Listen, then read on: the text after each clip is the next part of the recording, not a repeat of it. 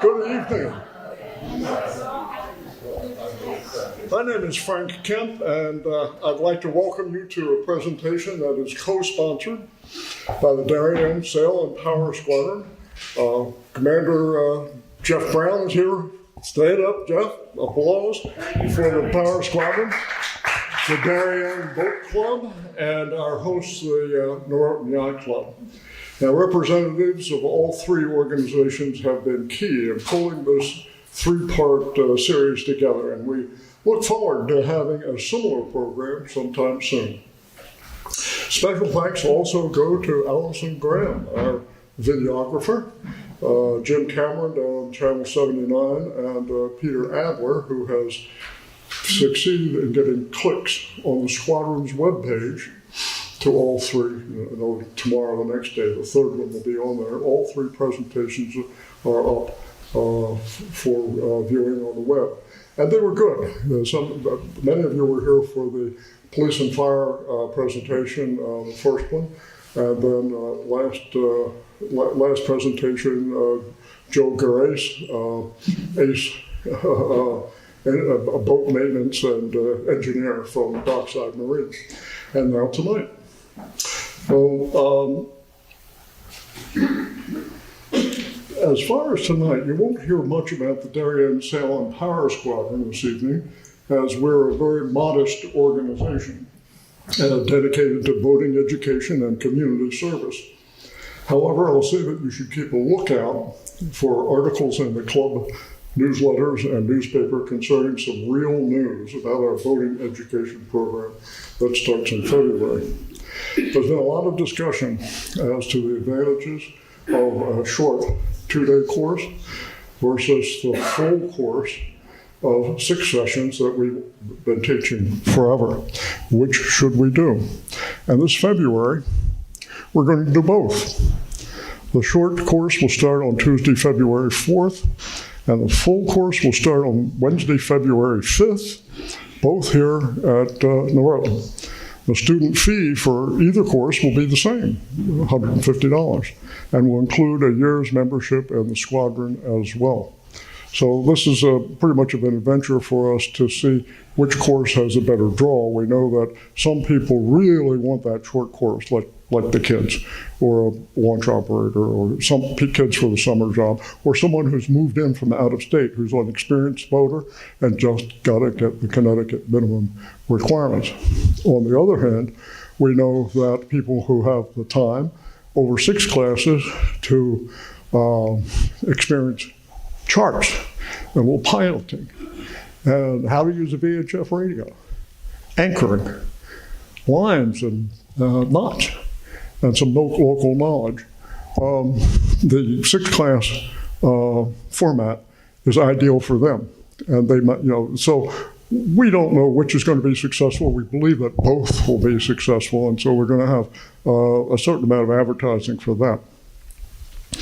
Now, we know that the squadron can qualify students for the Connecticut license, but we're not in the business of Coast Guard certification, be it for launch operators, a 6-pack, or commercial craft. That's up to the pros. With the loss of Captain Henry Marks and his landfall navigation withdrawal from higher education, anyone pursuing the Coast Guard certification had to travel up to Mystic or out of state to get the required training. About 5 years ago, the Nautical School has been operating out of our own Rex Marine in Norwalk, offering various Coast Guard qualifications, launch operator, 6-pack, commercial. And tonight we're joined by Captain Mitch Lasky and Captain Skip Daly of the Nautical School. They'll be back by the refreshment table after the session to fill you in on the courses that they're offering this year. So welcome to Captains Mitch and Skip. Which brings us to our speaker this evening, who's sitting over here on the fireplace. Mark Andre grew up on the water at this club as a launch operator, dear to my heart, and sailing on a Cape Dory 25. He did his duty at Post 53 for 11 years. and then medical school. And now he is at Bridgeport's Emergency Services and Critical Care Facility. He's married to Priyanka, who is also an MD, and lives here in Darien with his 5-year-old boy, Dev, and their 3-year-old girl, Isa. Not only that, he does have some spare time, and is still involved in boating, fishing off of his dad's Grady White. So now I'm proud to present Dr. Mark Andre.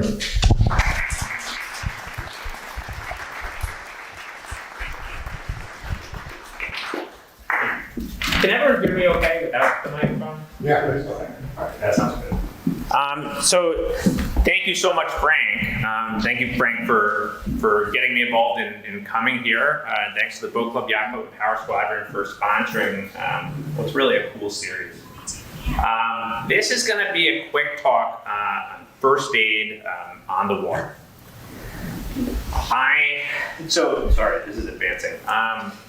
So as Frank said, I work in the emergency department at Bridgeport Hospital. I split my time evenly between the medical ICU and the ER. Before that, I used to work in a trauma and burn ICU in Pittsburgh. I worked in an organ transplant ICU in Manhattan, and I work a little bit at a county trauma center in Queens. But beyond that, I'm really a retired launch driver at heart. I'm an alum of the Northern Yacht Club launch crew. I really feel like I very much grew up here. And so I'm really appreciative of coming to this talk, because we just moved back to town. This kind of rounds everything out. It feels right. And so this is really cool. We're going to break this talk into 2 parts. So we're going to first talk about how to manage a couple life-threatening emergencies. And then we're going to focus on less life-threatening, but like common trauma and medical ailments that come up while you're boating and out in the water that ruin your trip. And so we'll try to figure out if you can manage any of those on your own, if you can stave off, delay, avoid an emergency department visit. So we'll go through those. My perspective, so I'm sort of an imperfect speaker for this, and that I work in a really resource-rich urban trauma center. I have everything at my disposal. And what we're going to talk about is how to deliver first aid in a much more austere environment. I am, however, familiar with being sort of a hack cruiser, and so this is a couple friends and I in a 25-foot boat in Nantucket Sound, far over our heads, and so we'll try to blend these perspectives. This isn't advancing. There we go. So we'll first talk about life-threatening emergencies. We're going to focus on 3. We're going to talk about bleeding, cardiac arrest, and drowning. With all of these, and for either like really critical situations or less critical situations, this is going to be totally informed by where you are and what your available resources are. So how you manage any of these emergencies, if you're on a cruise out in the race a couple hours from getting to definitive care, is totally different than how you're going to think about what you're going to do on your boat if you run into an emergency in Ziegler's Cove, where you're 10 minutes from being on an ambulance, 30 minutes from being at a hospital, an hour from being in an operating room if you need it. We'll first talk about bleeding. So we'll go through a scenario of a propeller injury to the forearm. I feel like we don't go through more than a couple years without having a really significant propeller injury somewhere in the western Long Island Sound, and so this is totally relevant. We'll say, just hypothetically, that this happens in Long Island Sound. You have a laceration of the forearm, actively bleeding.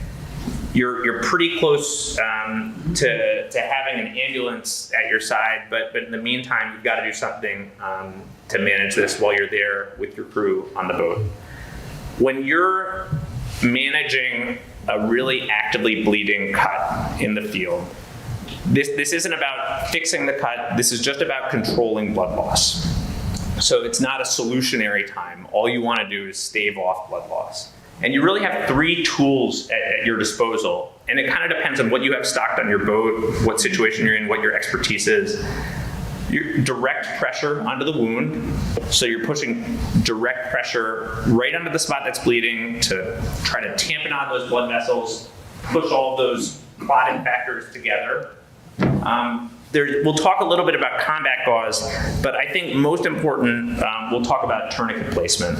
I think if you leave this talk with nothing else than motivation to how to use a tourniquet, that would be a win for me.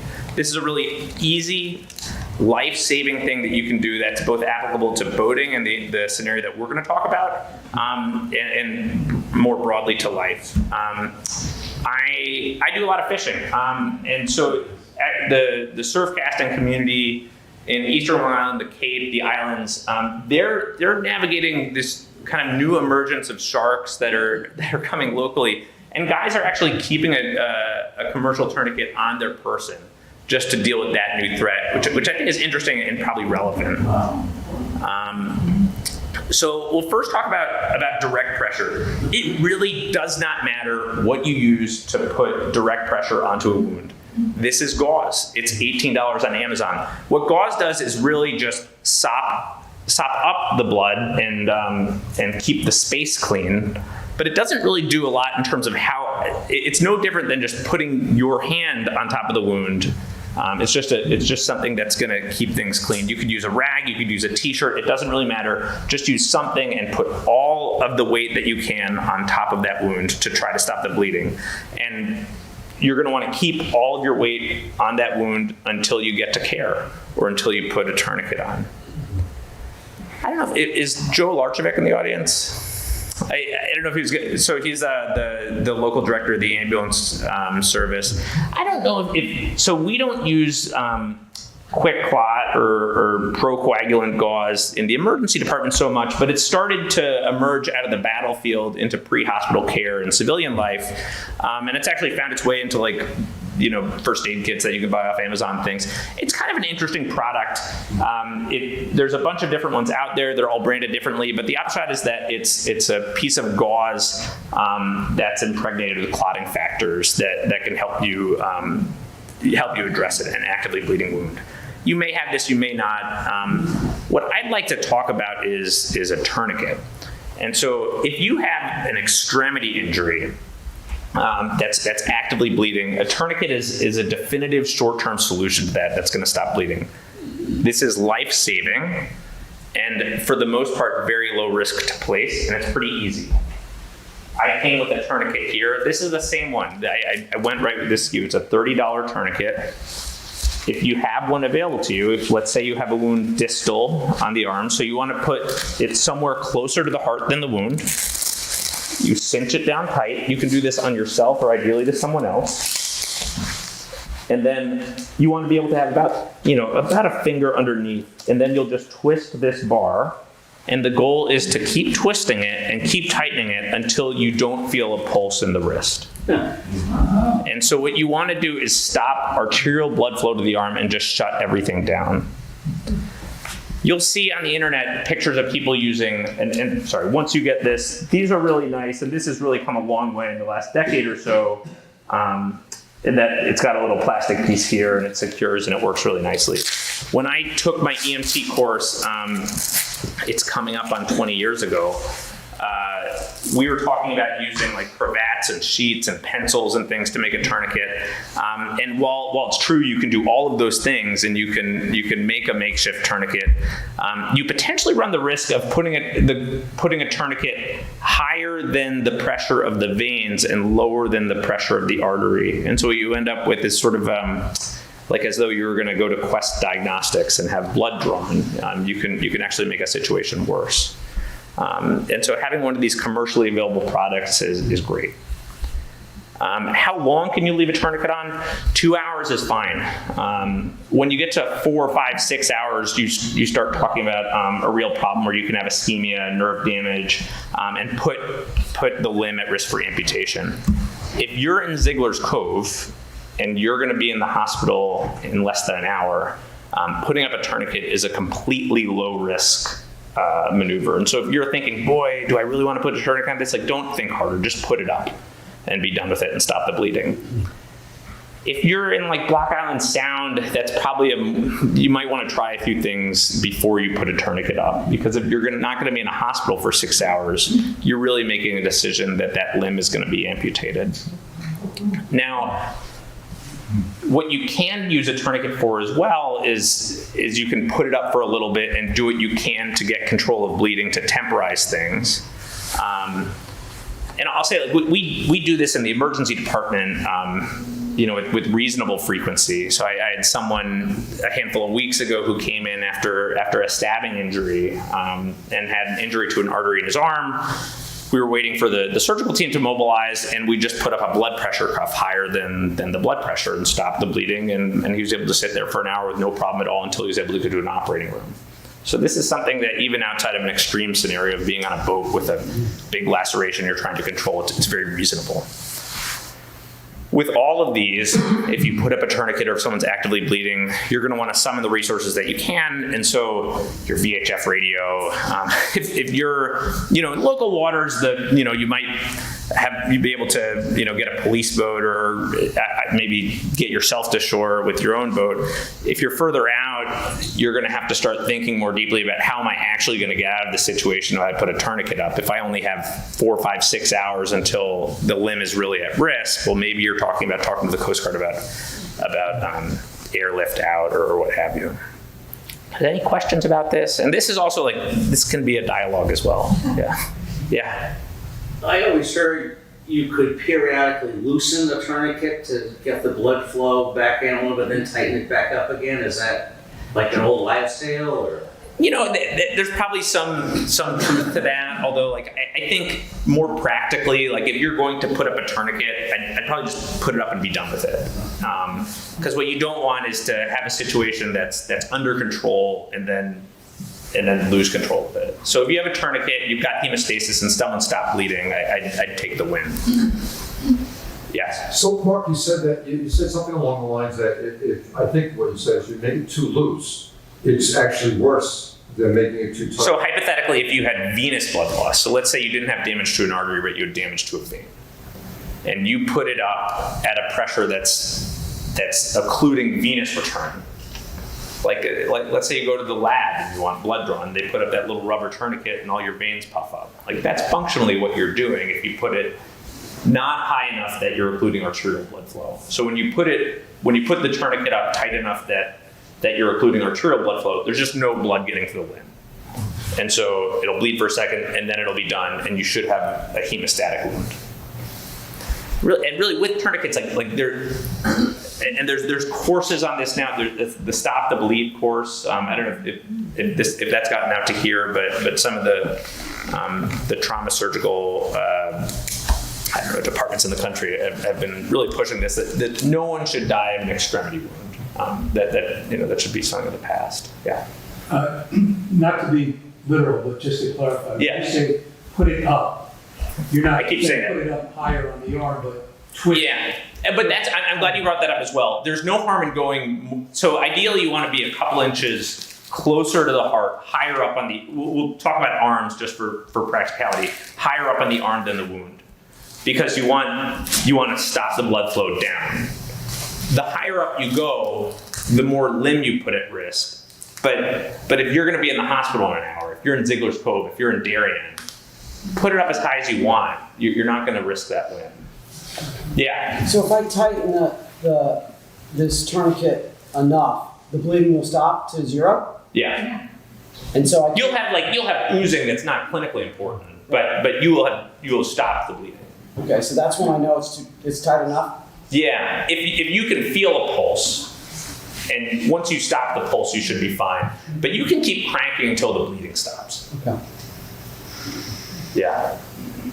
We'll go here. You can still use a belt or a piece of cloth on a winch handle to twist it down. You can have one of those fancy things, right? Yeah, you can. But this is $30. So but I also say that that's. I'll be transparent.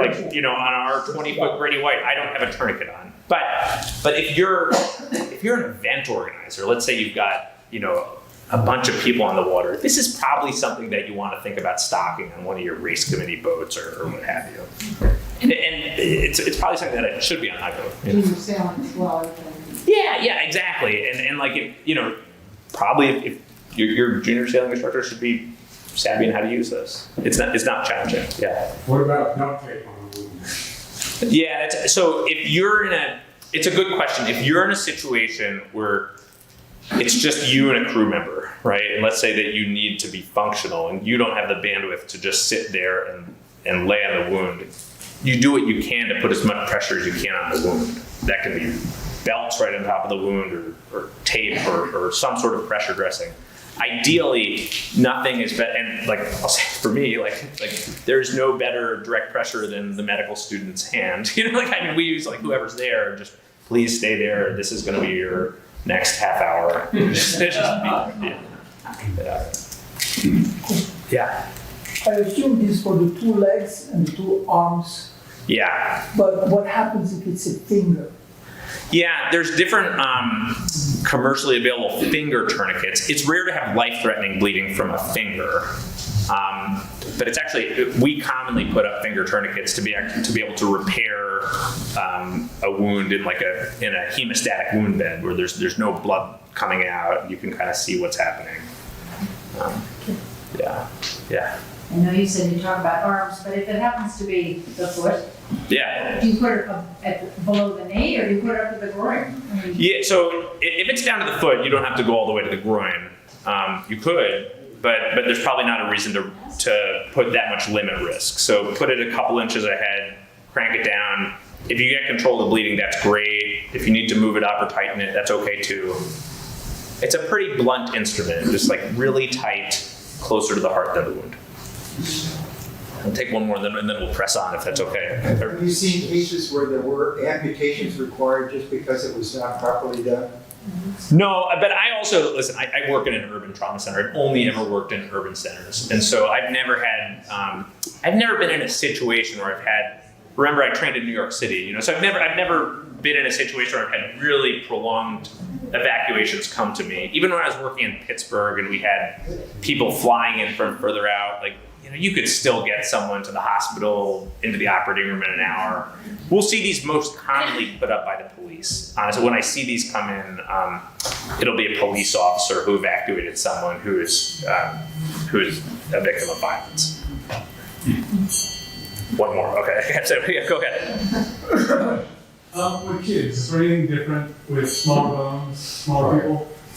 No, not for these. There totally is. I'll be transparent also and say I do mostly adult emergency medicine and adult critical care, but in terms of trauma, the care for children is very similar. Direct pressure, stop bleeding. All right. Unless there's anything pressing, we'll push on to some of the other life-threatening things, and we'll get into kind of the potpourri of less life-threatening things. And I'll try to keep an eye on the time. So briefly, cardiac arrest. So cardiac arrest is when the heart stops for any number of reasons. There's really 2 goals in a cardiac arrest. One is to restart the heart, and the second is to continue blood flow to the organs, most notably the brain, while you're working on restarting the heart. So the 2 goals as a bystander who's witness to a cardiac arrest is to perform early, good quality compressions and use an AED to defibrillate shockable rhythms. So arrhythmias that could be shocked and go back into a normal rhythm. Those are your 2 goals. What we know, and we're not going to go through all this data, but what we know is that people who suffer cardiac arrests do much better and have much better outcomes when they get bystander CPR. And there's been a real pendulum swing in how the American Heart Association and people who teach CPR approach this, and that we used to, I think like mouth-to-mouth resuscitation and complex ratios of breaths to compressions sort of served as barriers to people getting involved in taking care of people who had cardiac arrests.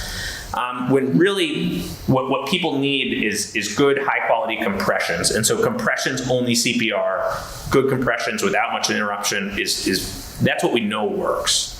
And so bystander CPR is really important. Scenario, a crew member clutches their chest, becomes suddenly unresponsive. This is an AED.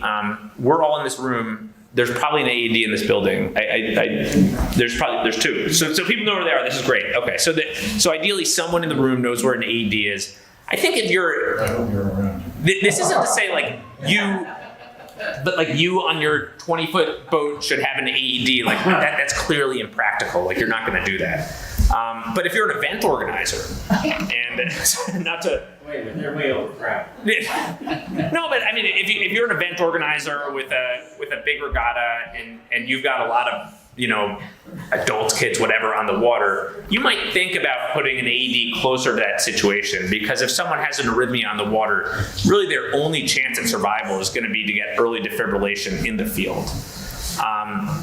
The reality is that the pendulum is also swung in that cardiac arrest, there is very little that I can do in the hospital that's different than what an ambulance crew can do in the field.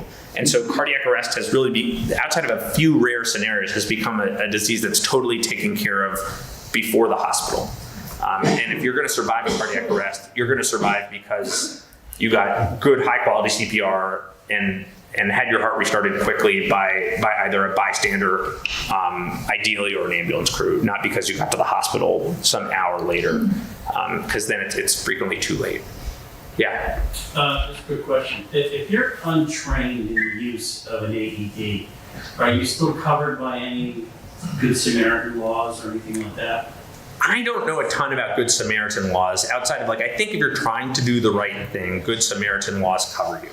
I don't think there's anything magical about CPR training that's medical legally protective. The reality of an AED is that they have become really, really user friendly, where there's pictures on the pads of where you push them and you pretty much turn it on and it tells you what to do. And I think a lot of the barriers to people taking care of, if someone were to have a cardiac arrest, there was a time it's mouth to mouth, people wouldn't get involved. And now we have AEDs that prompt you exactly what to do. Compressions only CPR is fine, and that's the goal. I took an AED course probably going on 20 years ago. Yeah. And at that point, you kind of had to be trained on how to use them, I imagine, more.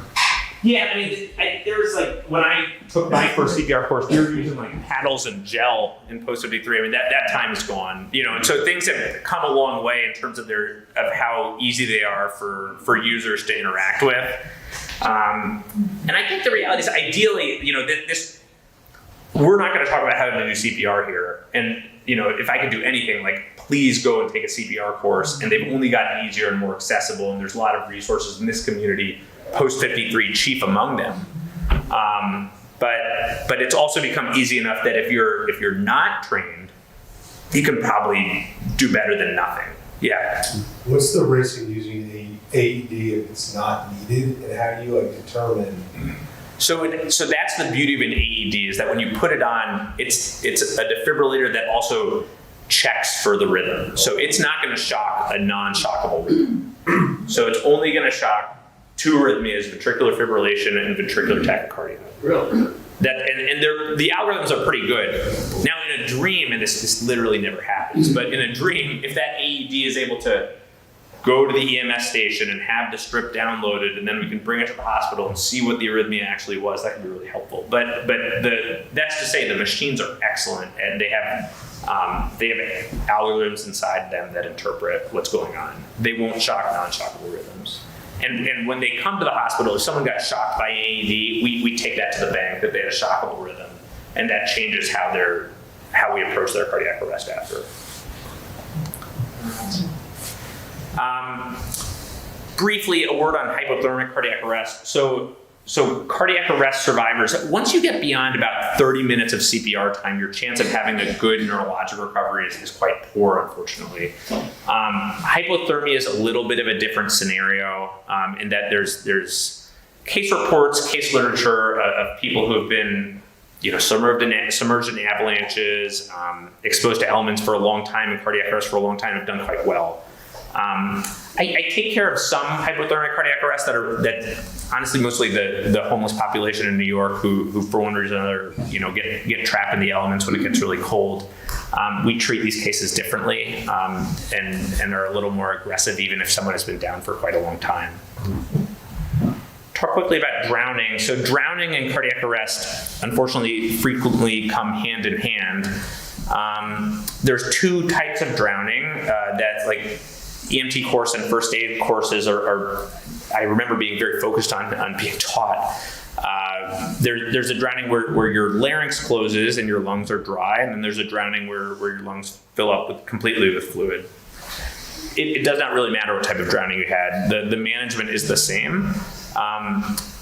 You want to, if the patient who suffers a drowning, their heart stops and they're in cardiac arrest. We talked about before how hands-only CPR is totally fine for most cardiac arrests. In this case, where someone had a cardiac arrest because they weren't breathing, the breathing part of CPR becomes very important.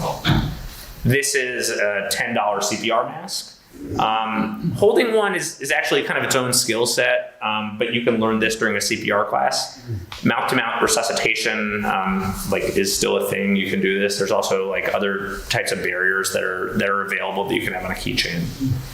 A quick word on safety. So this is me. This is I think last fall because I haven't done very well this fall, but. That's your bait, right? Yeah, exactly. But so I'm fishing in the fall. I'm wearing slicks. I like to wear slicks in the fall because it's warm, it's dry, I stay clean. It's kind of cool, if I'm honest. And the reality is that this is probably a bad decision. If you're out there in a situation where there's any scenario where if you fell in the water, you would have to self-rescue. These are really tough to get out of and set you up for drowning. And this comes up. I think that there was a case pretty like in the last handful of weeks off Milford where someone wasn't able to get out of their slicks. I've been more conscious now if I'm fishing in the fall and I'm not with someone or I'm not with someone who's set up to help me. I don't wear slicks. So. Just something to think about the type of foul weather gear you're going out with, especially when it gets colder. Any questions on life-threatening emergencies before we jump into the second half of this? Yeah. So on the first one, you have a bad cut, bleeding. Yeah. You're 12 hours away. What do you do? I would try everything that I can with all of my might to just push on that wound and put direct pressure onto the site of bleeding. And not the tourniquet. And I would try to avoid putting up a tourniquet. And is there any way that an amateur could put a clamp on? So when we run into this in terms of a staple or a suture or something like that. Those Crazy look. We'll talk about that in the minor cuts. Yeah. Things that look like pliers, but clamp. You could So anything that you can do, literally anything. That's going to put the wound together and put pressure on it. If you can stop the bleeding, that's a win. Will you be able to see the open artery? So the honest truth is most of the time if you have a big cut, it's you could totally run into arterial bleeding. It's very frequently large volume venous blood. And venous blood is often totally amenable to direct pressure. And you just need to have enough gumption, enough really hard direct pressure. The person who's receiving the direct pressure might be totally uncomfortable by how much weight you're putting on it. And then you need to stay there for a bit. 10 minutes is a really long time when you're just sitting. You're hoping it clots. And you're hoping it clots. And then once it clots, you can do things with dressings and pressure dressings. But that initial management, if you have the bandwidth and the crew bandwidth to do it, is just direct pressure onto the wound. If you need to put a tourniquet up, you need to put a tourniquet up. But the greater the likelihood that tourniquet's going to be up for a long time, the less excited I am about putting it up. And I can't do some kind of combo and put the tourniquet on and have it clot? So let's say hypothetically you're in the exact situation. You're 12 hours away. You're in a 2-man crew. You need to have your arms free. If it was me, you could put a tourniquet on top of the wound, right on top with a bunch of, put a t-shirt under a tourniquet, clamp it down, do your best. And, you're not putting it down to the point of cutting off blood flow distally, but you're putting a lot of pressure on that wound. There's different things you could do, but ultimately direct pressure, and if direct pressure fails, you're probably talking about putting up a tourniquet. Yeah. I'm sure all of us have heard, is there a doctor in the crowd? to have an emergency. I'm not talking this on a boat, but anywhere. A friend of mine was saying that the laws have changed, that many doctors don't want to get involved because they're concerned about the changes of the law. Is there any truth to that? I don't think so. I mean, there's like complicated.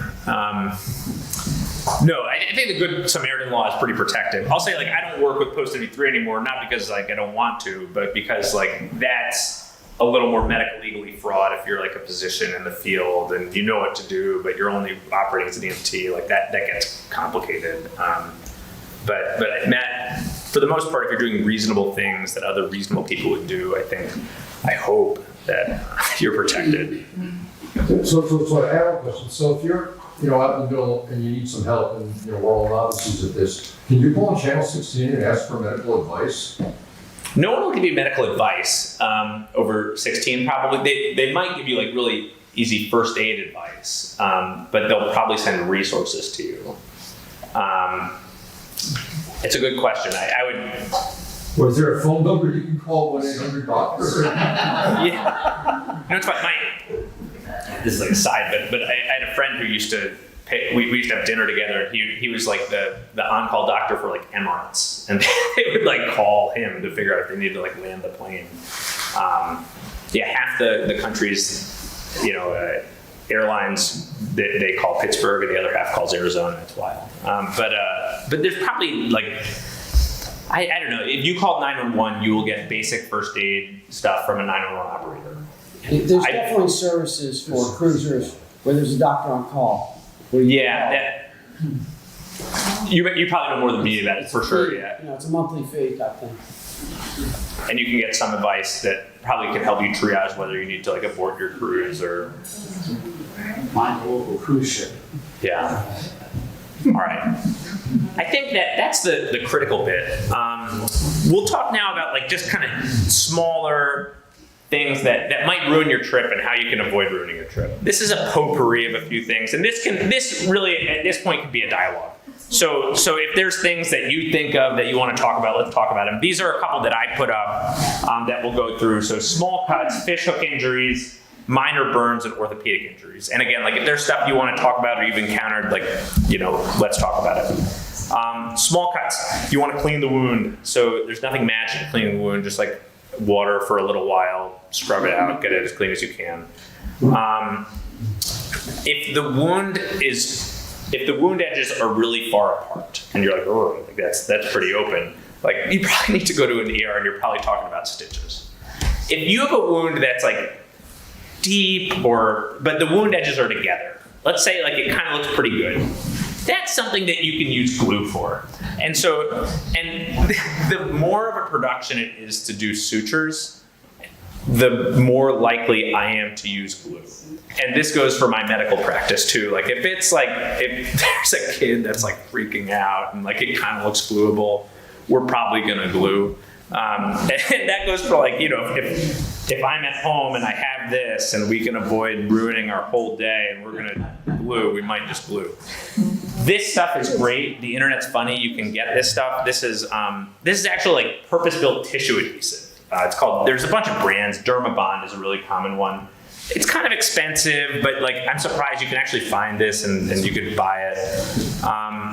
This is a whole pack of 10 for $130. It's great to have. It expires quickly or reasonably quickly, and that it like actually hardens up and becomes unusable. It is totally reasonable to use. I did this. So I did this like 2 weeks ago. I was like out fishing with a friend, and like we had some glue that we used to like secure knots, and it was fine.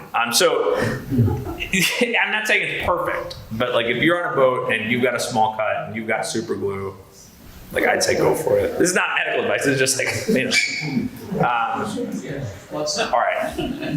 A quick caveat. If you get cut on something that's pretty gnarly, like specifically oysters, crabs, anything like fish related in brackish water, you might think twice about closing that. And we think in the ER twice about closing that because if you close on top of like bacteria or you have you're more likely to get a bad infection.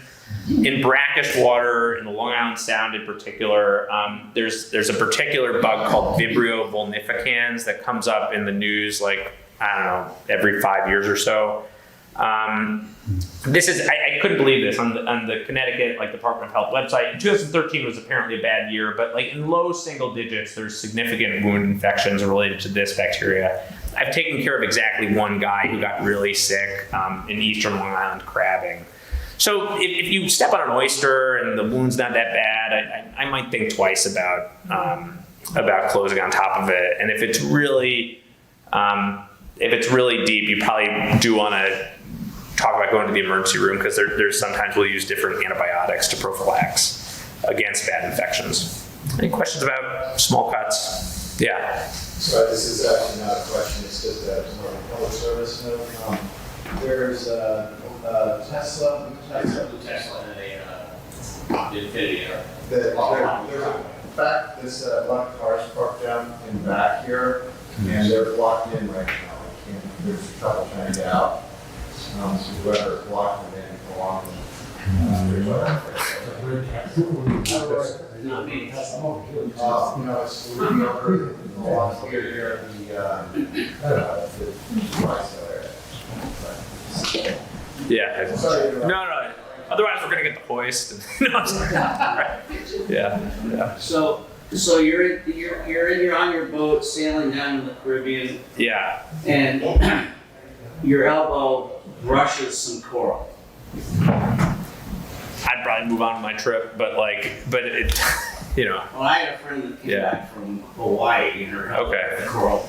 When I saw her, she was into her second bottle of wine because she had a tennis ball size lump Yeah. where the coral wound was, and it was getting super infected. Yikes. She ended up having to go to the emergency room in the middle of the night. Yikes. Yeah. I mean, different things can certainly react. If anything doesn't look great, it's worth getting a medical opinion. But if But she always clean the wound out and 100%. So there's not a wound that exists that you don't want to put a lot of water on it, and just put it under the sink for a while. We'll even do this in the ER. Just if I'm in a room with a sink, hey, just pour some alcohol over. I would just use just water. No peroxide anymore, right? Peroxide's kind of moved out, although I will say peroxide is excellent to clean blood if it gets on things. There's not a product that works better for cleaning blood than peroxide. So it's an interesting home product to have in that respect. It's also good to remove blood from clothing. Yeah, exactly. Yeah, you can. We'll talk quickly about long bone injuries.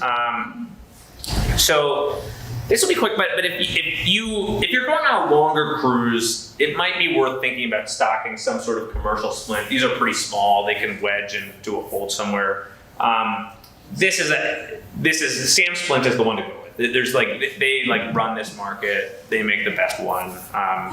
This is $33, and then it's pretty much a padded sheet of, I think, aluminum, and you can bend it, and all you want to do is splint someone in the position of comfort. So don't try to do fancy things with reductions. Just if someone's comfortable and their bone hurts and you're worried that it might be broken, just put a splint on it and try to keep it in a position of comfort.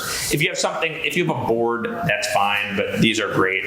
And then how to wrap it is sort of up to you. If you've got a bunch of sail ties, that's probably fine. This is it's called Coband. It's it's kind of like a better ace wrap. That's really nice. Honestly, it's probably a nice thing to have on a boat if you were going to create your own first aid kit.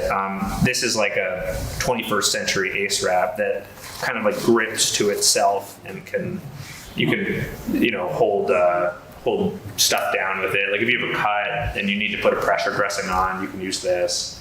Coband? Yeah, Coband. I don't know. But that's one brand. I call it Coband. I realize that's calling it Kleenex, but if you search Coband, you'll find something like this: a self-adhering wrap, and you can do that to wrap to make wraps like this. It's a really versatile product. I think ace wraps are kind of a thing of the past. This is the way forward. In terms of urgency, there's not really a long bone injury that's that's super urgent. It's a really rare orthopedic injury that needs to be seen right away. I used to ski patrol in northern Vermont, and we had people that would come down from Canada, and you'd have this conversation, and you're like, well, you should go to the ER. And they're like, well, you know, like I'm from Canada, you know, insurance is complicated. And you're like, yeah, just go back to Canada. Like, it was fine. So you could take a few hours, or frankly, like days. It's not really critical. So if you were, I wouldn't like change your port of call based on concern for a long bone injury, if everyone was okay with that. Quick word on any question about orthopedic injuries? Talk about burns. There's different degrees of burns. This is Kramer with a first degree burn. This is of like almost no consequence, but you can have like really large total body surface area first degree burns that are uncomfortable, but like realistically they just need aloe and time. Burns that blister, look waxy, or look like dry and leathery are deeper burns that probably at some point need to be evaluated. The goal of small, so I used to work in a burn ICU. If you have a large percent of your body involved in deeper burns, that's a medical emergency that needs to go to a burn center, or to your local emergency department and then transferred to a burn center.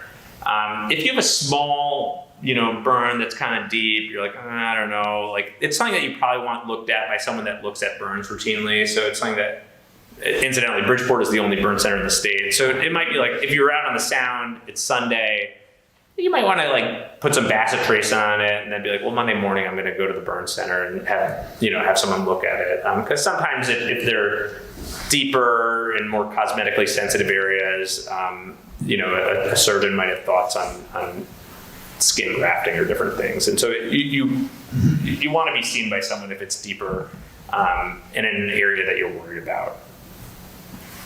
Otherwise, there's not really magic to taking care of burns. You want to keep it clean. Bacitracin or some equivalent product is totally fine. Dry gauze, totally fine. A misnomer with burns, you want to keep them, you really do want to keep them clean. The primary concern is them getting infected, and that causes problems with both you have an infection and then it causes cosmetic issues down the road. Some sort of like undyed ivory type soap once a day, just clean it off and you'll be good. Fish hook injuries. So this is actually this is a space that depending on where you are in the world, ERs are always woefully understocked for these. Realistically, you need this tool. You need this $12 tool, and it's never in the ER. You can never find it when this comes up. But if you do a lot of fishing, or you're fishing on your own, it's probably worth looking into getting a good hook cutting wire cutter. How this works is if you get a hook that's embedded in you and it's a barbed hook and you can't back it out, you want to push it all the way through, which sounds it totally is uncomfortable. Push it all the way through, have the barb peek out the other side, and then you want to clip it below the barb, and then it slides right out. This is how fish hook injuries are managed. That's the end of the talk.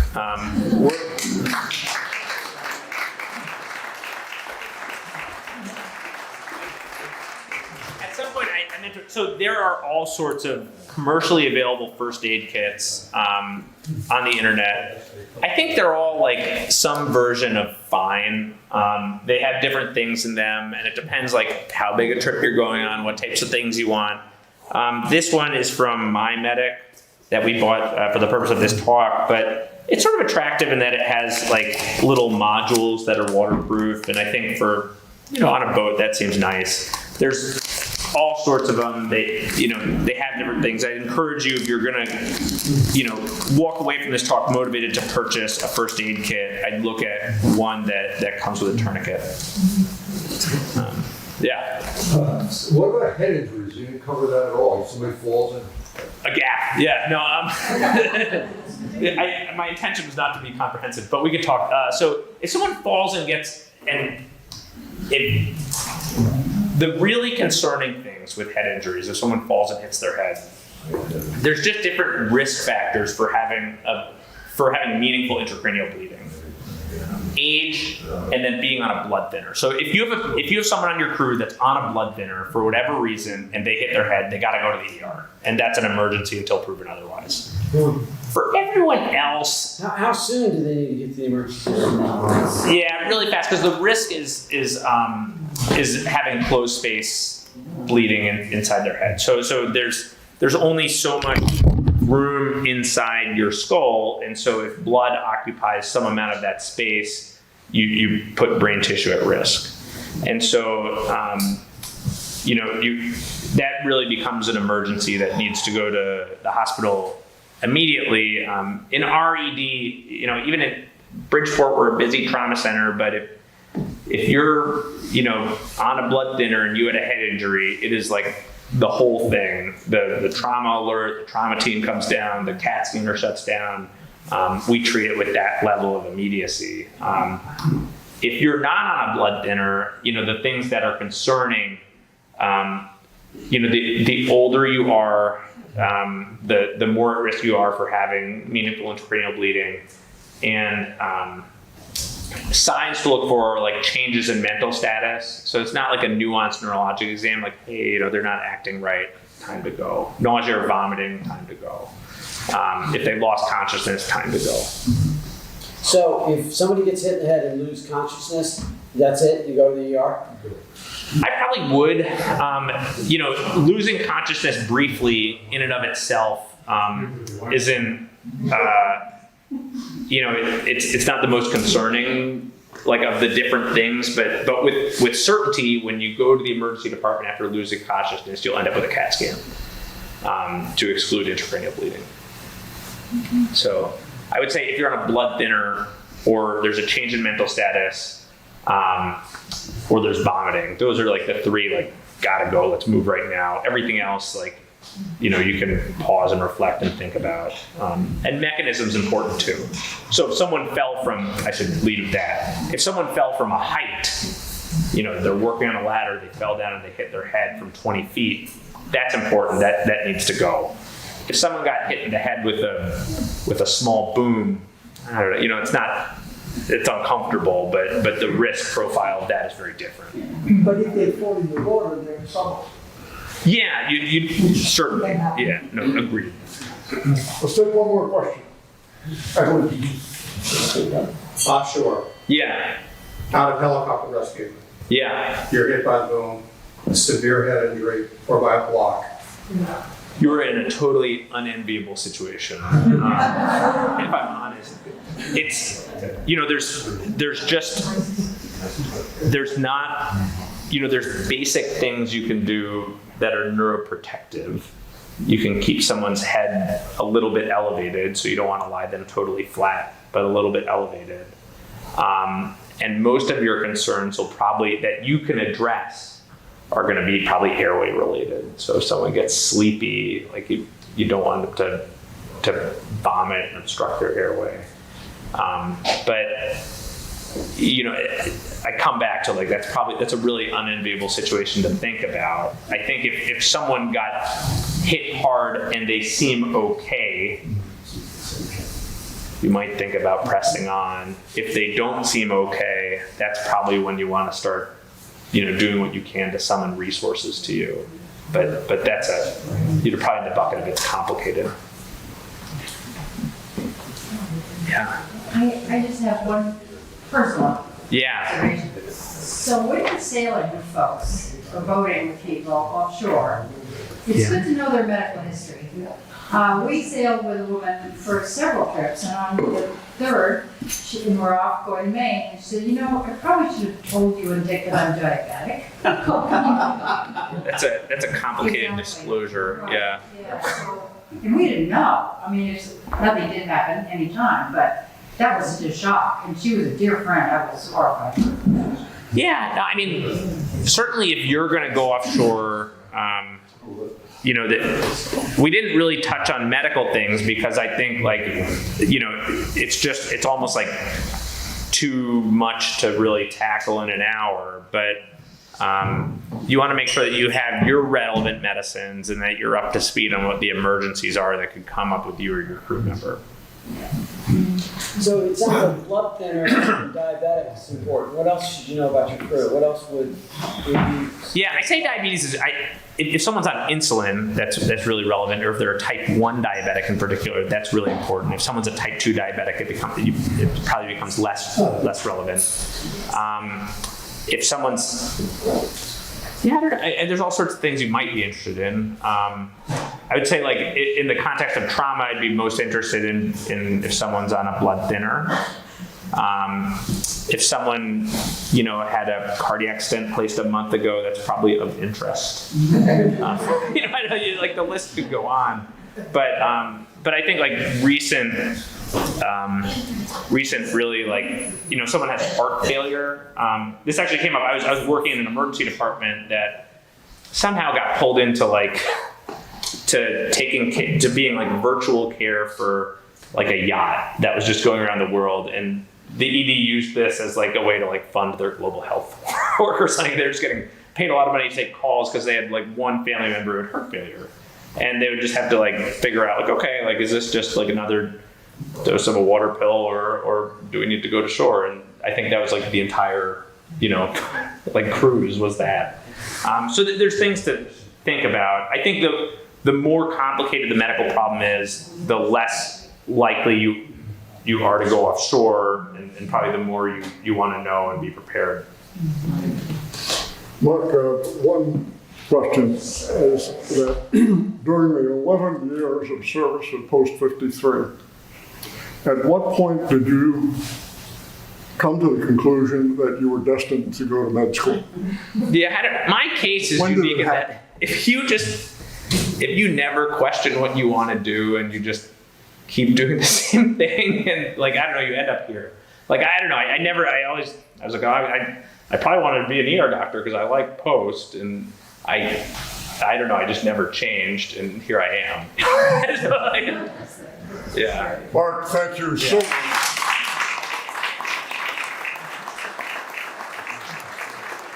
This was right on target, right what we needed. Perfect. And thank you very much.